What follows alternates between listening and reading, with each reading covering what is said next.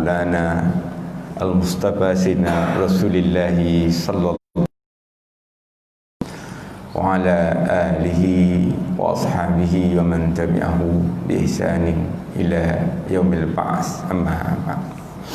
Qala Allah Ta'ala fi kitabil aziz ba'da a'udzu billahi minasy syaithanir rajim. Ya ayuhan nasu taqu rabbakumul ladzi khalaqakum min nafsin wahidah wa khalaqa wa bassa minhuma rijalan katsiran wa nisaa wattaqullaha alladzi tasaaluna bihi wal arham innallaha kana 'alaikum raqiba. Qala aidan يا أيها الذين آمنوا اتقوا الله وقولوا قولا سديدا يصلح لكم أعمالكم ويغفر لكم ذنوبكم ومن يطع الله ورسوله فقد فاز فوزا عظيما. وقال النبي صلى الله عليه وسلم في حديثه من يريد الله به خيرا yufaqihu fid din atau kama qala Rasulullah sallallahu alaihi wasallam. Assalamualaikum.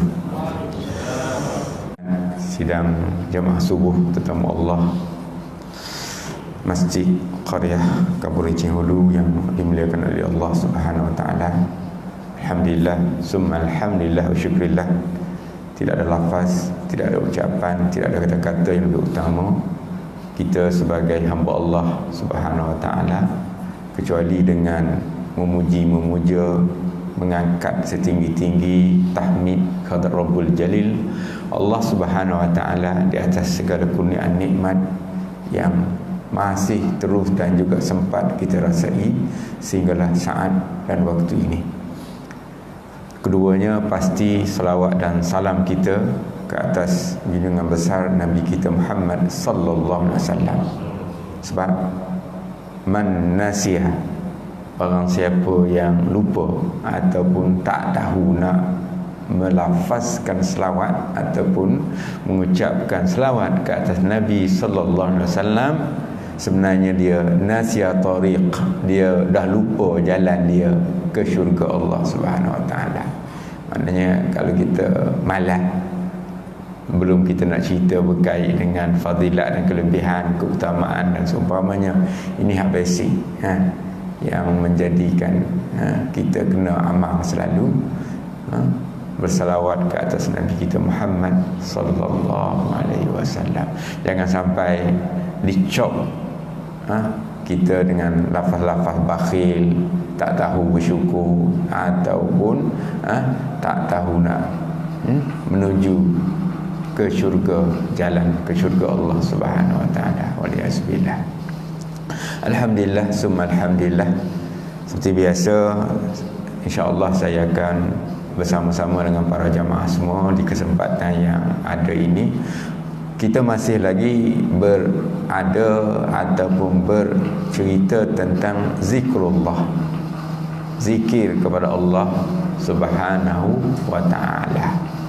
Jadi bab ni memang luas, memang besar, memang dia punya skop perbincangannya adalah segala-galanya. Sebab kalau kita nak sebut zikir, az-zikru tu mengingati, dan caranya pun bermacam-macam. Dan kita sedang membicarakan ataupun membacakan satu tulisan pandangan yang menyebutkan tentang kelebihan dan keistimewaannya itu 35 perkara. Ini satu catatan yang ditulis oleh Syekh Ali Al-Mashrafi dalam kitab dia Manhajus Salik. Ada 35, masya-Allah akbar. Kan? Contohnya lah, saya tolong peringat, mungkin para jamaah sudah tahu, kadang-kadang apabila kita selesai solat, kita membaca lafaz di antara yang banyak-banyak itu Allahumma ajirni minan nar, iaitu kita mohon daripada Allah, ya Allah, peliharalah aku daripada dihumbangkan ataupun dimasukkan ke dalam api neraka Allah Subhanahu wa taala. Kan Allahumma ajirni minan nar. Saya cerita saya sendiri, mungkin para jamaah lebih awal tahu. Dulu-dulu lama, sewaktu kita selalu duduk baca, kita baca selepas solat biasanya 3 kali, kan? Ingat tak? 3 kali.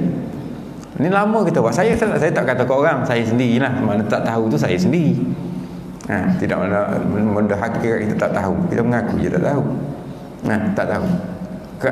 Tak tahu itu kita tak mencari sebenarnya. Kita ikut apa yang diamalkan atau dibuat oleh kita nak kata ustaz kita ke atau setiap kali berjamaah dengan imam-imam di surau masjid kat kita duduk tu, doa macam tu kita pun ikutlah. Saya tidak kata salah, tapi tidak ada fadilat yang nasnya, itu saja. Soal salah tu tidak. Fadilatnya yang ditulis oleh hadis-hadis Nabi tak macam tu, itu saja.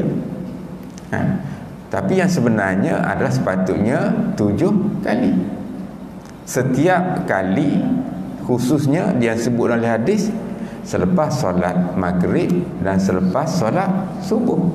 Itu contoh dia kan, yang kita sendiri tak tahu, terlepas ataupun tak ambil berat.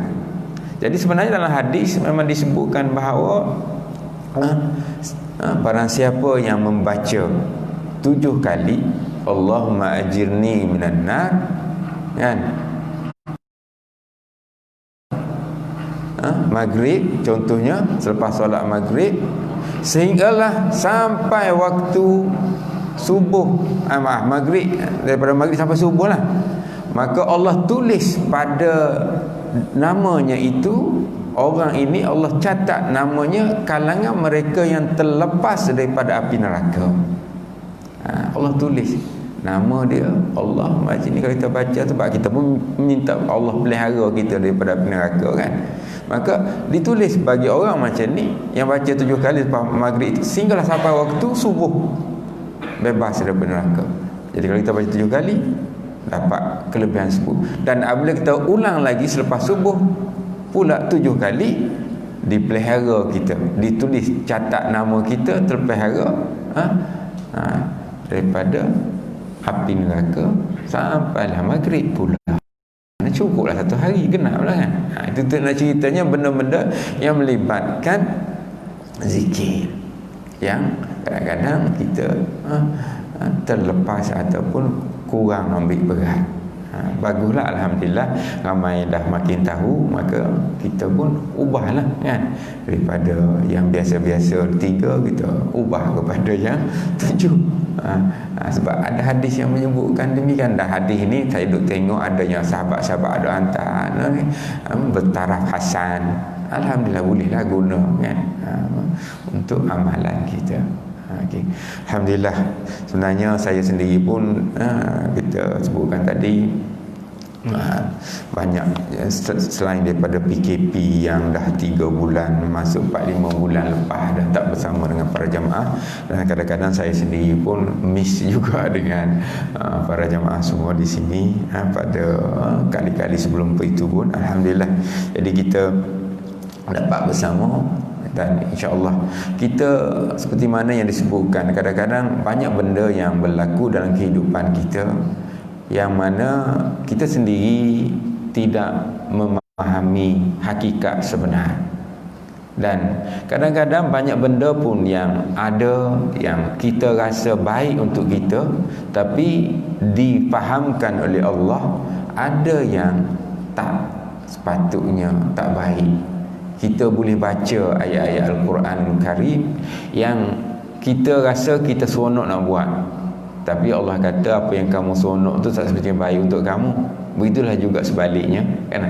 Kadang-kadang ada benda yang kita tak berapa suka, tapi sebenarnya yang kita tak suka itu kata Allah adalah baik untuk kamu.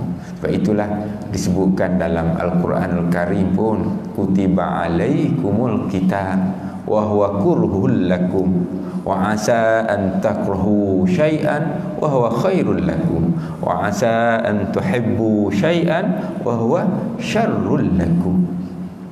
Ni ayat ni memang Allah kaitkan dengan kefarduan Allah tetapkan kepada para sahabat zaman Nabi sallallahu alaihi wasallam peperangan ataupun diperintah berperang ataupun menyertai peperangan kan. Memanglah rasa tak seronoklah kan perang, boleh mati kan. Disebutkan, tapi saya tidak nak fokus sangat dalam cerita tentang ayat asas berkait dengan perang itu, tetapi apa yang saya nak kaitkan sedikit adalah berkait dengan benda yang kita alami dalam kehidupan harian kita. Wa asaan takrahu kan. Kadang-kadang banyak kerap kali berlaku apa yang kamu tak suka ataupun apa yang kamu tak seronok, tak nak. Sebenarnya kata Allah, wa huwa khairul lakum, ianya adalah baik untuk kita. Sebaliknya jugalah wa asa an takrahu wa asa an tuhibbu, lawan dia. Kadang-kadang apa yang kita suka sebenarnya ia adalah tidak baik untuk kita. Contohnya lah dalam masa PKP ni, kalau boleh suka kita kan, tak ada peraturan-peraturan macam ni. Ada orang suka peraturan, tak ada orang suka peraturan. Susah dia kata. Allahu Akbar. Kadang-kadang duduk mengunguk macam-macam. Hakikatnya kan, kadang-kadang datang masjid tak bawa sejadah, kita tak pernah masuk, marahlah dia kan. Tak ada orang suka, menyusahkan semua benda ni kan. Tapi hakikatnya kita faham apa yang kita tak suka itu sebenarnya adalah untuk mengawal kemungkinan, sebab kita tak tahu, tak nampak, untuk mengawal kemungkinan berlakunya merebaknya penyakit ini, COVID-19 ni kan. Itulah yang menyebabkan kita kalau boleh kan macam dulu-dulu kan, tak ada buat apa-apa kan, datang kan dulu kan. Kalau boleh, itu yang kita suka. Nanti kalau nak sebut pasal dari sudut perasaan kan, itulah banyak benda lah yang kita tahu bahawa Allah, tapi Allah punya perancangan kalau kita tengok secara hikmahnya lah kan, ataupun kita tengok secara ujiannya kan, semuanya baik. Jangan kita tengok secara yang tak baik. Setiap benda yang berlaku ada kebaikannya, hikmahnya yang kita tak nampak. Hatta yang Allah tetapkan berlaku kepada para nabi dan para rasul pun bersifat demikian kan. Kadang-kadang kita terfikir bahawa benda itu macam nampak tak seronok pada para nabi dan para rasul, ataupun ketentuan itu tentu yang menyusahkan, tapi akhirnya ada hikmah yang banyak sebab pada itu. Kalau kita baca sejarah lah benda-benda yang, contohnya lah kalau para jemaah masih ingat tentang benda yang tak suka yang akhirnya baik, atau benda yang sebaliknya lah kan. Kalau kita baca kisah dia, kisah Nabi Musa alaihissalam, sewaktu ibunya mengandung dia, waktu itu Fir'aun pada waktu itu membuat orang kata satu peraturan ataupun satu dia punya ketetapan setelah mendapat nasihat daripada tukang tenung dia, tukang orang ketilik nasi dia kata semua kanak-kanak lelaki yang lahir hendaklah dibunuh. Masya Allah, luar biasa kan. Allah tak ada orang, pastinya suatu yang teruk, dahsyat. Tak ada lah perintah yang paling dahsyat saya kira kan dikeluarkan. Dan waktu itu kita tahu bahawa ibu Nabi Musa sedang mengandung dan nak akhirnya beranak. Selepas beranak, maka Allah bagi ilham kepada ibu Musa untuk menghanyutkan anaknya kan. Tentulah tak suka. Allah Akbar, baru beranak kena buang anak ataupun hanyutkan anak kan dalam sungai Nil kan. Tapi Allah Maha berkuasa, Maha agung, Maha mengetahui kan. Akhirnya anak yang dihanyutkan itu sampai ke istana, ke perkarangan tempat mandi manda isteri Fir'aun waktu itu, Asyah, yang kebetulan tak ada anak. Tak dapat anak, maka dia jatuh cinta kepada anak tersebut, Nabi Musa alaihissalam. sehingga dia nak jaga. Firaun tak minat juga, tak nak, tapi biasalah lelaki dengan isteri ni kan, tak suka pun isteri sayang sangat, dah tak ada anak, mengalah dia. Itu kan takdir Allah. Oh, pera, jadilah Nabi Musa nak angkat. Bukan setakat itu saja, kemudian Nabi Musa tentunya nak menyusu kanak-kanak. Cari orang tu tak kena, cari orang ni tak, semua tak kena kan.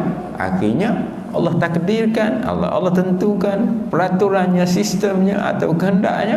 Akhirnya jumpa ibu Musa juga yang pergi menyusu anaknya. Allahu Akbar, Maha Agung. Kalau kita fikir, luar biasa. Ini adalah benda yang kita sendiri tak tahu, tak faham, ataupun memang tak dapat baca apa yang nak berlaku selepas ini dan selepas ini. Dan saya kira dalam kehidupan kita pun sama juga. Waktu muda-muda dulu nak pilih kerja ke, nak isteri ke, nak kahwin kan, macam-macam kita punya perancangan ataupun kita punya andaian itu, andaian ini, baik buruk lah, senang kan. Tapi akhirnya apa yang berlakulah kan, takdirnya begitu, kita turut, kita sabar.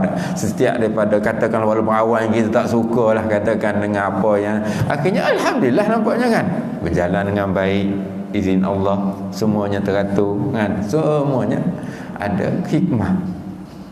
Itu adalah kan, saya sendiri pun pada zaman awal tu tak terfikir pun nak duduk di Bandar Rincin dapat berjumpa dengan tuan puan, kan nak cerita kan, duduk-duduk ni kan, nak jumpa dengan Ustaz Talib kan, sama-sama lama dulu kan, Datuk Terawal dulu kan, contohnya kan.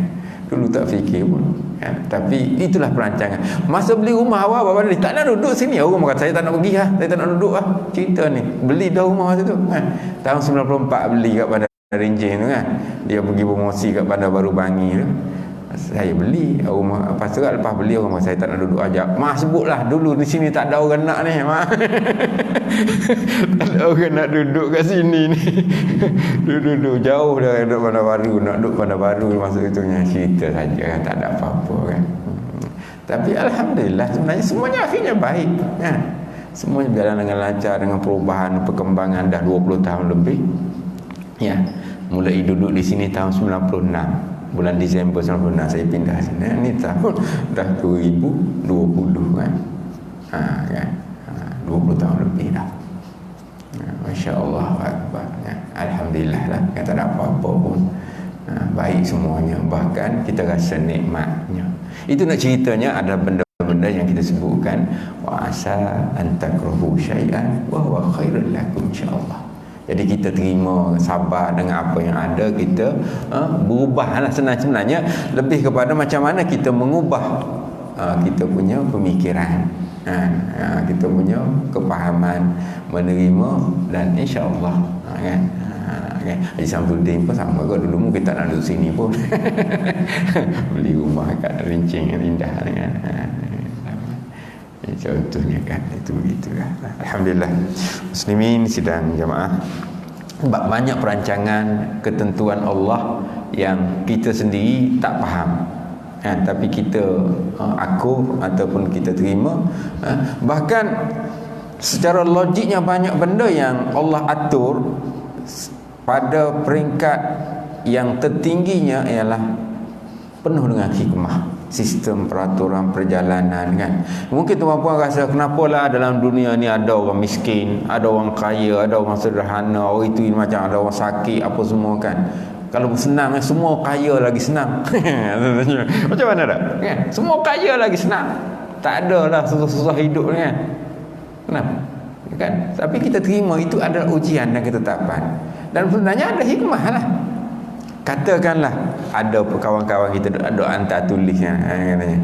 Contohnya tuan puan fikir tiba-tiba pagi ni tuan bangkit daripada tidur pagi tadi, cek dalam akaun tengok ada 10 juta setiap daripada tuan puan ni. Tidak ada seorang miss, 10 juta semua. Tuan puan pun kata gembira lah kan. Semua orang gembira ada 10 juta. Tapi dengan ada 10 juta tu, andaian yang tadi sebutkan tadi, apakah semua berjalan dengan teratur? Kalau ada 10 juta semua, tak ada orang nak buat kerja semua nanti. Nampak ada susah dia jadi. Contohnya kita kata kita pun tak ada duit 10 juta, start kereta pagi tu kerana tak hidup. call mekanik yang datang, aku tak nak pergi, aku ada duit 10 juta, apa nak kerja. Tak gitu. Kan? Nampak tak dia punya logiknya? Kan? Lepas tu katakanlah tak jauh, kita pun pergi berjalan kaki dekat bank, nak ambil duit lah contohnya kan, ambil duit apa semua kan, kat bank. Sampai di bank waktu itu kehabisan duit kan. Bank pun call pekerja, mari pak masuk duit ni, pak kerja aku tak nak masuk duit hari ni, cuti juta malah nak masuk duit kan. Tak ada nak masuk duit pula. Nampak dia punya rantaian tu ke maslahatan. Semua tak ada orang nak bekerja, sebab semua kaya belakang kan. Nampak ada masalah kan? Kita buat anda yang bodoh kita je, Masya Allah. Tapi dengan sistem yang Allah atur, ada orang memerlukan A, ada orang memerlukan B, kesusahan, keperluan dan sebagainya, maka sistem berjalan, kehidupan kita bergerak teratur. InsyaAllah adalah lemah kurang tu kan, kelemahan, kelebihan tu tak boleh nafikan, tapi semuanya dapat. Aku boleh kobat. Contohnya kita dah kobat baru ni, banyak masalah kan. InsyaAllah maka akan berlaku ya. Tapi dengan adanya orang kaya bantu orang lebih susah sikit kan, orang susah sikit bantu tenaganya. Alhamdulillah, Maha suci Allah kan, hikmah setiap daripada kejadian ataupun perkara yang berlaku tu. Itu cerita umum. InsyaAllah muslimin sidang jamaah muslimat, kita bacalah sikit. Kita berkait dengan kitab kita ni. Kita berhenti pada pertemuan sebelum ada ini tentang kelebihan. Sebab saya sebut ada 35, kita baru masuk kelebihan yang 15. Saya berhenti yang ke-14. Kan kita akan masuk yang ke-15, al-khamisata asyara. Itu kelebihan yang 15. Kenapa zikir ni penting? Sebab zikir ni selalu kita sebutkan sebagai ruh kita sebenarnya, kehidupan kita. Zikrullah itu adalah yang menjalankan kerohanian kita, dalaman hati dan jiwa kita. Maka para ulama tekankan perkara ini. Kalau tak ada roh ni, dia akan mati. Dan kita punya roh, hati dan perasaan. Disebutkan yang ke-15 dalam bahasa Arab, disebut isyraqul qalbi wa insyirahuhu binuri zikrillah. Isyraq iaitu dia akan menerangkan, sebenarnya memancar. Isyraq ni macam matahari lah, sebab tu kita sebut syuruk. Berasal dari perkataan tempat naik matahari. Asyarq tu timur, itu artinya tempat awal-awal matahari naik. Sebagai isyraq, yang memancar kan, yang menerangkan. Sebenarnya dengan zikir, disebutkan oleh Syekh kita di sini, dia akan menerangkan hati. Kita selalu sebut juga tentang ala bizikrillah, bukankah dengan cara kamu mengingati atau berzikir kepada Allah tatmainnul qulub, dia akan menenangkan hati-hati kamu. Cahaya kepada hati, menenangkan hati, tenang hati atau terang hati. Wansyirahuhu, ni pula syaraha, yashrahu itu melapangkan dada. Selalunya kita panggil sadruh, macam kita sebut pasal dada kita yang terbuka atau lapang dada, kan. Kalau kita baca dalam surah alam nashrah laka sadrak, kan, itu dia berkait dengan Allah, supaya Allah lapangkan dada kita. Di sini wansyirahu maknanya dia akan terbuka, hati terbuka, dada kita ataupun lapang dada kita.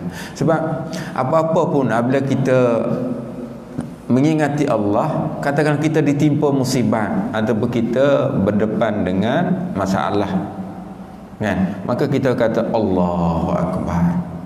Dia akan menarik dia punya aura negatif tu, dia akan kembali kepada Allah, yang akhirnya beri ketenangan, ataupun orang kata kita boleh cool down kalau kau Inggerisnya, kita boleh tenang sedikit balik. Betul kan, selalunya kita nyatakan bahawa apabila kita ditimpa suatu musibat, bala ataupun ujian yang berat, kita akan rasa gelisah, kita akan rasa timbul bermacam-macam sangkaan-sangkaan yang buruk kadang-kadang kepada apa yang berlaku itu. Dengan takut bimbang lagi, kita akan timbul sifat tuduhan ataupun ujian yang Allah beri kepada kita itu sebagai satu yang kita timbul rasa marah kepada Allah. Waliyahzubillah. Sebab kan, kita tak boleh terima hakikat, maka kita mengatakan ketetapan Allah itu membebankan dan juga menyusahkan kita. Waliyahzubillah. Ingat kan? Tapi kalau kita dapat bertenang, kan? Sebab itulah selalu juga benda yang berkait dengan ini dikaitkan dengan sabar, kan? Ujian itu nantinya ketetapan itu dengan sabar, kerana sabar itulah nilainya cukup besar, sehinggalah sabar itu dianggap sebagai satu pokok kepada kita punya amalan. Allah kaitkannya di antara solat dengan sabar. Wasta'inu bis-sabri was-salah. Tengok, minta pertolongan dengan Allah. Kamu mohonlah dengan Allah dengan satu, dengan sabar dan dengan solat. Sabar itu besar tu, bukan benda kecil. Dan banyak lagi lah yang Allah kaitkan dengan kesabaran, kan? Sehingga kita banyak dengar cerita-cerita mereka yang tak sabar ditegur dan dikaitkan dengan sabar itu dengan ganjaran pahalanya bighairi hisab. Innama yuwaffas sabiruna. Tengok, kata Allah, sungguhnya aku akan menyempurnakan, melengkapkan atau memberikan pahala, ganjaran, ajruhum, pahala kepada orang yang sabar. Innama yuwaffas sabiruna, orang yang sabar itu ganjarannya tanpa ada bighairi hisab, tanpa ada penamat, infinity lah. Ganjarannya infinity, tanpa ada had. Sebab itu dia cukup luar biasa dari sudut. Okey, yang maka disebutkan di sini dilapangkan wansyirahu. Kan selalu kita wansyirahu binuri zikrillah. Kan terbuka ataupun terlapang dadanya itu dengan cahaya zikir kepada Allah Subhanahu wa taala. Zikir kepada Allah, bizikrillah, ala bizikrillah. Itu yang ke 15. Manakala yang ke-16 pula kita ambil dari ringkas, sebab benda ni secara umumnya adalah benda yang berkait dengan praktikal amalan, kan, yang boleh dirasai lakukan. InsyaAllah dia akan ada kesan kepada kita punya hati dan jiwa kita. Yang ke-16 as-sadisata asyara, kan, yang ke-16 sadis disebutkan. Yang ke-16 at-tayquzu minal ghaflati indal khataratil mazmumati. At-tayquzu yaqaza ni ataupun kata terpelihara, jaga, kan? At-tayquz ni jaga. Macam kita bangun daripada pagi tu memang disebut bahawa kita bangkit terjaga daripada cumanya ada satu istilah yang berkait dengan istilah atau perkataan ini yang kadang-kadang orang salah guna, dipanggil istilah yaqazah. Pernah dengar kan? Yaqazah ni digunakan khususnya dalam setengah amalan yang dikaitkan dengan amalan-amalan kesufian, kerohanian, tasawuf lah senang cerita, yang mana apabila kita beramal ataupun kita buat, akhirnya kita dapat satu keadaan dipanggil yaqazah. Ada itu dulu-dulu masyhur sewaktu kisah yang berlaku pada arwah Ustaz Asy'ari. Dia ada bincang benda ini dan dia sebut pasal yaqazah ini salah satu daripada perkara yang akhirnya amalan ajaran wirid yang dia amalkan itu, khususnya hal yang menyebabkan yaqazah itu dinilai oleh para penilai, pengkaji yang menghukumkan atau membawa kepada pahamannya adalah tidak betul ataupun salah, sehingga difatwakan ajaran atau pemahaman ini menyeleweng. Ada kaitan, salah satunya berkaitan yaqazah. Tak apalah, saya tak nak masuk sangat. Tapi asal perkataan yaqazu ni maknanya kita sebenarnya nak menjaga, memelihara, sedar.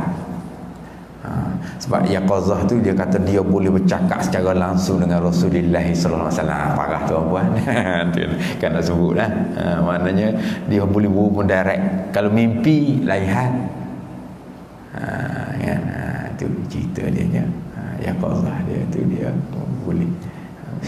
Jadi dikaitkan, maka disebutkan di sini tayaqaz, makna kita nak jaga hati minal ghaflah. Kita nak jaga jiwa, jaga hati. Kalau kita berzikir, mana kita jaga hati kita daripada ghaflah. Ghaflah ni adalah lalai, lupa, al-ghafilin, kan? Ghaflah satu daripada sifat yang tak baik. Lebih-lebih lagi lupa kepada Allah Subhanahu Wa Taala, kan? Sebab itulah kalau kita baca Allah berfirman dalam ni ancaman yang paling berat, walaqad zara'na li jahannama katsiran minal jinni wal insi lahum qulubun la yafqahuna biha wa lahum a'yunun la yubsiruna biha wa lahum adhanun la yasma'una biha ulaika kal an'am bal hum ulaika humul ghafilun. Saya nak sebut yang akhir saja. Saya tak nak uraian ni. Kalau uraian orang nak baca yang lama yang daripada awal tu, dia jadi syarahnya lain pula lah, panjang cerita.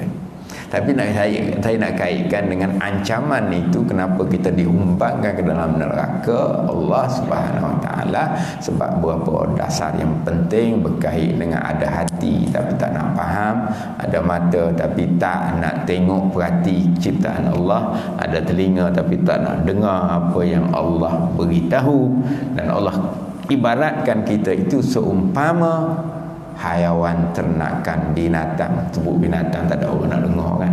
Nak samakan kita dengan binatang, waliyazubillah, rasa hebat kita jauh. Tapi boleh jadi tuan-puan jangan rasa agah sangat.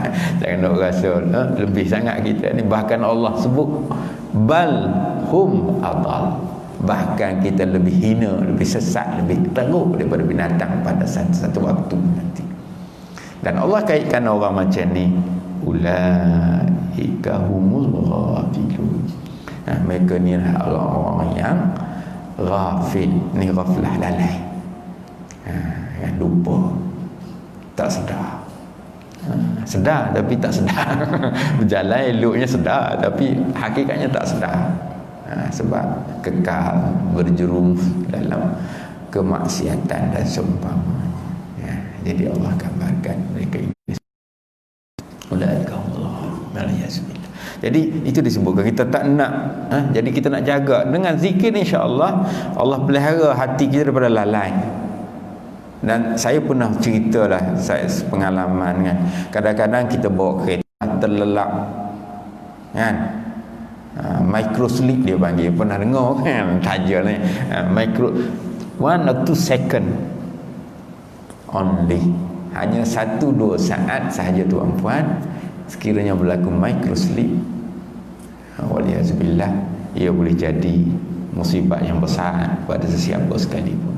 Maka Di antara perkara yang sering kali saya pernah dapat pesanan daripada mereka, kawan-kawan, dia kata apabila kita rasa mulai mengantuk, khususnya kita berzikirlah, dia kata subhanallah, subhanallah, alhamdulillah, tak kira apa-apa kan. Bila ucapan pada lidah kita mulai tidak betul, makna kita tak boleh sebut dengan subhanallah contohnya, tak boleh nak sebut, mulai tak betul, maksudnya otak kita dah sebenarnya nak tidur, ataupun kita mulai mengantuk betul, maka dia kata berhentikan kereta kat tepi, tidurlah sekejap, jangan teruskan lagi memandu. Kerana sebenarnya kalau kita terus memandu, kita mungkin besar kemungkinannya adalah akan tertidur dalam memandu, yang beberapa second itu boleh menyebabkan kita terlibat dengan kemalangan. Waliyahzubillah. Jadi amalan kan, masa kita memandu kita zikir kan, yalah tak ada kerja apa pun, mungkin kadang-kadang waktu memandu kan, daripada duduk benda tu kan sebutlah la ilaha illallah wa afdaluz zikri fa'lam annahu la ilaha illallah kan. Subhanallah, subhanallah. Tiba-tiba lidah kita tak boleh sebut, memang akan berlaku sebenarnya bahawa otak kita dah tak sampai antara mulut dengan otak kita dah, walaupun mata terbuka, bukan soal mata memang nampak terbuka, tapi otak tidur. Jadi kita stop. Bagi mereka yang banyak memandu, jalan-jalan jauh-jauh, malam-malam lewat dan sebagainya kan, tak ada kemalangan banyak berlaku dan sebagainya. Alhamdulillah, insya-Allah kita akan selamat insya-Allah nanti. Itu dia. Sebab itu disebutkan di sini berkait dengan ghaflah tadi, supaya kita tak lalai kan. Jaga hati berlalai pada ketika sebenarnya khatarat ni berkait dengan kita punya bisikan. Khatarat ni berkait dengan bisikan-bisikan yang tak baiklah, dorongan-dorongan yang tak baik. Disebutkan di sini al-mazmumah. Mazmumah tu kan lawan dia, kita panggil mamduhah kan, fadilah yang baik, razilah yang buruk, mazmumah yang buruk, mamduhah yang baik kan. Mamdu yang baik, mazmum zamim jadi dorongan ataupun bisikan-bisikan yang mungkin tak baik akan mendorong kita. Kalau kita tak zikir, dia akan datanglah bisikan-bisikan yang buruk-buruk itu untuk kita buat atau untuk kita lakukan. Jadi kita kena berhati-hati supaya tak kan masuk dalam perangkap bisikan-bisikan itulah. Sebab memang bisikan-bisikan itu akan datang selalu kan, nak buat tu, nak buat ni kan. Kadang-kadang walaupun umur banyak dah, patutnya kita kata tak ada lah tapi tak ada. Kita soal nafsu tak kira umur kan, nafsu ni tak kena umur. Mungkin kita kata Allah umur dah 60-an ataupun dah ada 70-an, patut slow down lah kan, tak ada nafsu, tak kena kan. Maaf sebut, nafsu kita nak mengumpul harta dan kekayaan sama juga. Walaupun dia kata Allah kumpul harta lebih-lebih, contohnya lah kan, kadang-kadang ada orang kata kan, walaupun tak salah, saya tidak menyalahkan kumpul harta tu. Nak ceritanya ada orang Allah dah nak orang kata kubur, kata mari dan contohnya kan, tak yalah nak berlebih sangat kan, bukan boleh guna sangat pun, nak pakai pun tak boleh mana kan. Tapi hakikatnya tak, sebab dorongan, sebab itu perlu pada pendidikan, nak kawal supaya tidak jatuh perasaan tamak, bakhil, halobo, rakus kan. Itu kita nak cerita dari sudut perasaan dan hati kita. Okey, saya tak nak panjang sangat, tapi benda itu memang berlaku. Ini dorongan-dorongan kejahatan yang akan datang pada hati kita kalau kita tak jaga. Jadi para ulama, sebab itulah ulama sufi ni, tasawuf ni, kalau kita tengok, inilah benda yang dia sering kali peringatkan kepada kita supaya jaga benda-benda itu kan. Tinggalkan dunia lebih awal sebelum dia meninggal. Bukan makna tak nak dunia, tapi dia boleh lepaskan Ini daripada hubungan dunia. Okey, saya kira saya berhenti di situ saya. InsyaAllah kita akan sambung pada pertemuan akan datang kan, kalau kita sempat. Ada banyak lagi ni, nak cukup 35 ni, tapi dah habis yang ni tak banyak lah, tinggal sikit-sikit je lah lagi dah. InsyaAllah saya akhiri dengan lafaz yang mulia ya, dengan kata-kata aqulu qouli hadza wa astaghfirullahal azim li wa lakum wa lisairil muslimin wal muslimat wal mu'minin wal mu'minat fastaghfiru fa ya fawzal mustaghfirin wa ya najatul taibin. Allahumma ta'alaina futuhal arifin warzuqna fahman nabiyyin wa hifzal mursalin wa ilham al malaikal muqarrabin. Allahumma faqqihna fid din wa 'allimna ta'wil hadina ila siratikal mustaqim.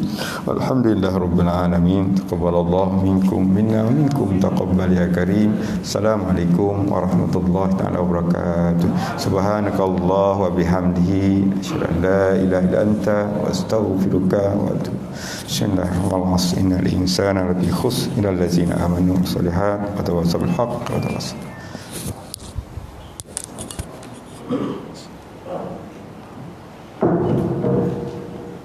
Terima kasih.